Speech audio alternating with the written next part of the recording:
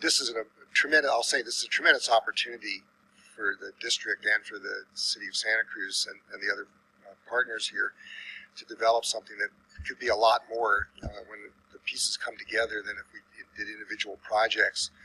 On the other hand, in 2000 or so, when we started this idea, we had a lot more money and capital than we have these days.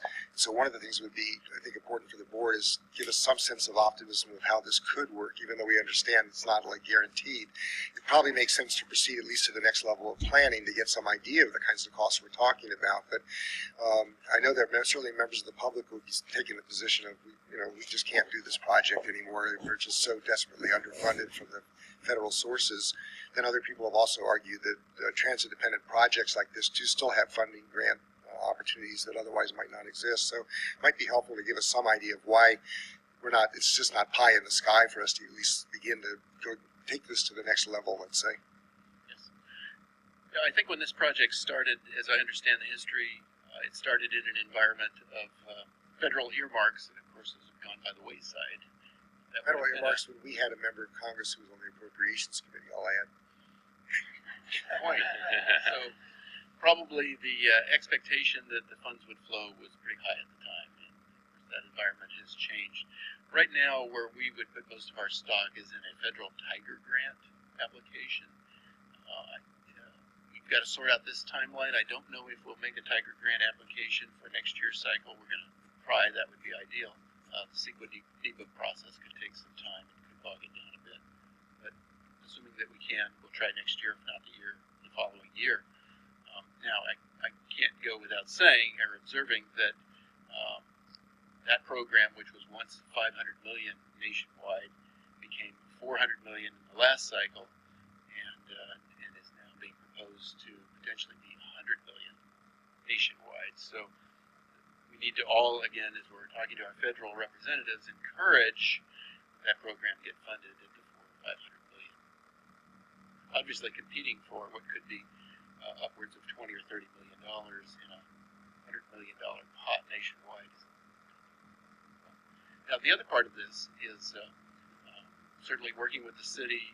There are other opportunities. The city is looking at potential grants and other potential funding sources, including the housing money, along with this partnership you heard about today. So as we cobble all these parts together, we're hopeful that becomes a little bit more clear. What I'm hopeful for is that begins to shrink the amount of Tiger grant that we have to go after, so that we can move it. The other thing that we will certainly evaluate in the coming year, given that it's a new program, is cap and trade. At least the look right now is that might not work as much for this project as it might for Watsonville, but we'll still look at the potential of that for both Watsonville and for Santa Cruz. Thanks. Any other questions or comments? Yeah, I'm really excited about the opportunities that exist here, and I'm also aware of our budget situation. And I know we got a grant to do a lot of this development work, and it seems like it's been well spent because, we've come up with some interesting ideas. As we move into this next phase, is there money in our budget is there money left in the grant? If there's not money left in the grant, how much are we spending in our budget on this? And at what point do we need, what are the milestones that we have to know whether, although we'd like to do this joint project, given the limited resources we still want to do the Pacific Station makeover. And if those other resources aren't available, when is it going to be just our project, or what are those milestones, I guess? And as Tom alluded to, we have a process to go through in the month of July to sort that question out. We've got to come back in August and tell you exactly how we could fund that, whether it's within the scope or outside the scope of the current contract, whether we have to go out for bid. We've got to sort that out. So we have some upcoming meeting to do just that. But I do want to take the opportunity to tag on to something that you opened with, which is incredibly important. In this period of time in which we have this huge structural deficit that we've been talking about, that has to do with operating money. What the monies that we're talking about when we talk about funding the study of this project and potentially funding future renovations and rebuilds of this project are capital dollars and would be restricted to capital. In other words, they're not flexible kind of money where you can move them. But you would have a choice. No, I get that, but last I looked at those buckets for the capital dollars, they were pretty low or non-existent as well. So it isn't just, oh, we're going to save operating if we do this, but we need. You identified $200 million worth of unmet capital needs, so that there is something we give up if we choose to continue on. So I'm just trying to figure out when we make that decision. If you're going to come back, in August with some of those pieces, I think that would be useful. But there are real costs. And just quick follow-up: the board put $5.8 million and $5.6 million in PTMI SEA on temporary hold for this project. So that's what we would look for to use as our match for a future grant, because any future grant's going to have a match associated. And then the only other point I would make is that we're in the business of providing service, so it's always important for me to make sure that we can replace our buses when we need to replace them, so that our customers expect. So as I look at potential funding opportunities, I'll be sort of balancing that to make sure that our core business. Well, it's one of the questions I had too, and it's all about money. And this came midstream when we were studying this, and I just want to thank the city and DEFCON Lawler just for coming to the table and really looking at this. It's very complicated, but boy, if we can pull it off, it's going to be fantastic for downtown. I think it's both in the housing element, but certainly for us in particular, the transit operations. So I just wanted to thank those for coming to the table. The discussions have been really, really interesting, and it is a complicated project, but boy, if it can be pulled off, it's going to be fantastic for the city of Santa Cruz and our operations as well. Any other comments, Don? Yeah, I just wanted to mention, it was touched on about the kind of the funding opportunities, that even though it is absolutely true that we see funding sources just diminish and diminish. In this particular instance, and I'm glad we have a wood counter here to knock on when I say it, but the legislature, we hope, is going to actually free up the affordable housing money that the city has had locked up in bonds for the last few years. And if that's freed up, that really is a big, important piece of the money puzzle. And then because the health center is looking at coming into this, that's another area where there's actually more funding potential rather than less. So it is challenging. Bruce is absolutely right to speak of it as very complicated, but some of that complexity actually offers opportunities as we kind of think about how we can cobble the funding together. And even though, again, this is not, I think we have to, as Alex said, look at our core function of providing the bus service, that we are part of the transportation system too. And if we can create a project that builds, is genuinely a transit-oriented development with affordable housing adjacent to the transportation, we're really being a great partner in building the kind of transportation system we need if this project happens. So I hope we can find a way. I do recognize the difficulty. Anyone else? This doesn't require any action. Thank you very much for the presentation, and thank you for coming down to share your presentation. Chair, just maybe when this comes back,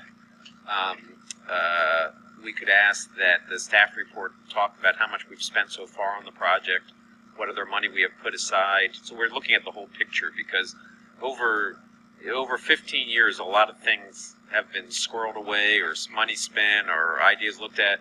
It would be nice to look at that whole picture so we understood the whole piece of it. Good. Okay, our next item, number 17, we've already spent quite a bit of time discussing, and it shouldn't take a very long staff presentation, but this is to consider a resolution authorizing the transfer of Metro's low-carbon transit operations program funds to Monterey Salinas Transit. I'll just say what we've already heard, if I've got this right. We're basically taking money that that we didn't get approved for this funding, give that money over to Salinas Monterey Transit, and then basically next year we would be guaranteed, or not guaranteed, but there would be a commitment that we would get the funding if it does come in back for our project, first in line for which would be the Watsonville project that we talked about earlier, better service for the customers down there. Are there other things you need to add to that? Just a couple things that a lot of words have been said about this. This is the final step in making this transfer happen.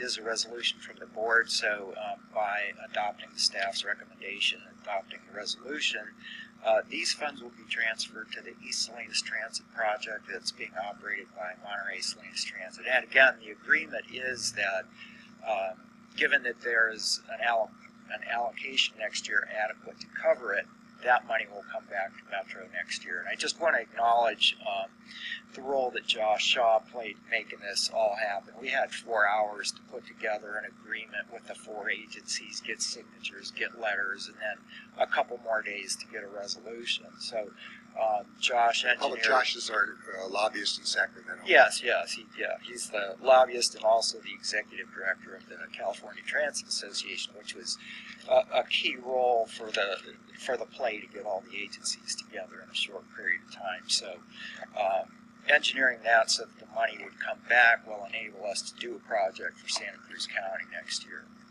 Thanks. Any members of the public want to comment on this? Back to the board. Don?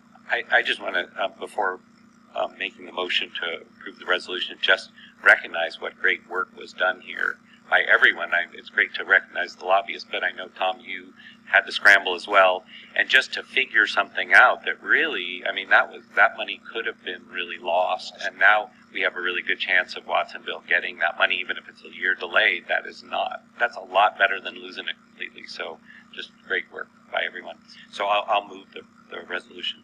I second that, and I'd like to, we probably will, but I think we should write a letter from this board that thanks Josh Shaw for the...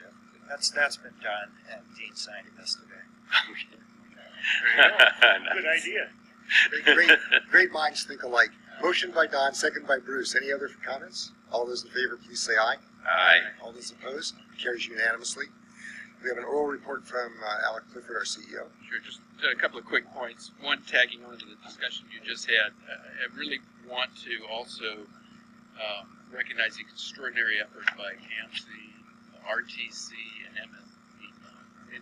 They didn't have to go with this deal, but they dropped everything that they're doing that day, basically that day, in that 5-hour period, to try to help us out and write the letters that we can happen. So we'll be sending some expressions of gratitude to them. It's a real regional partnership to pull this off, and that proves that we've got some regional cooperation here. I'm really happy with it. Then the only other point I wanted to make, and I think Angela touched on this a little bit earlier, on the STA funding bill, AB 95, which was signed this week by the governor. Now, see, this got a little more complicated than I thought it would be. I thought there was one bill dealing with all of this. Turns out there's two bills. So AB 95, in effect, gives us the exemption for one more year through June 30 of 2016, our current fiscal year, which we're banking on, use STA in operation. So that gave us great relief. The governor signed that. I don't have to return to you next week and say we have to trim another $3 million out of the budget.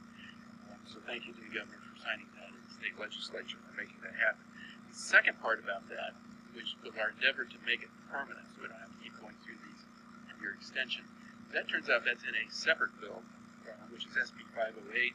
That will start going through the process. I think it's adding some length to that.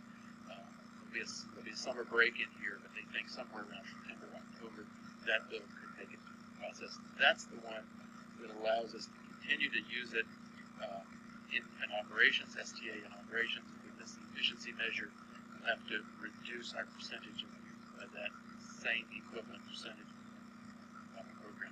Really good bill. We hope it gets worked out inside. Back to the comment we had earlier from a UTU driver and member of the public, and from John on our board. This is basically the state saying, well, we're not going to give you the money that we should be giving you and stuff, but at least the money that you currently get, use the way you'd like to use it. So it's, on the one hand, it's generous and wonderful, and we'd be in really big trouble without it. But it's less than we need from Sacramento. It's a step in the right direction, but doesn't fulfill our needs from the state for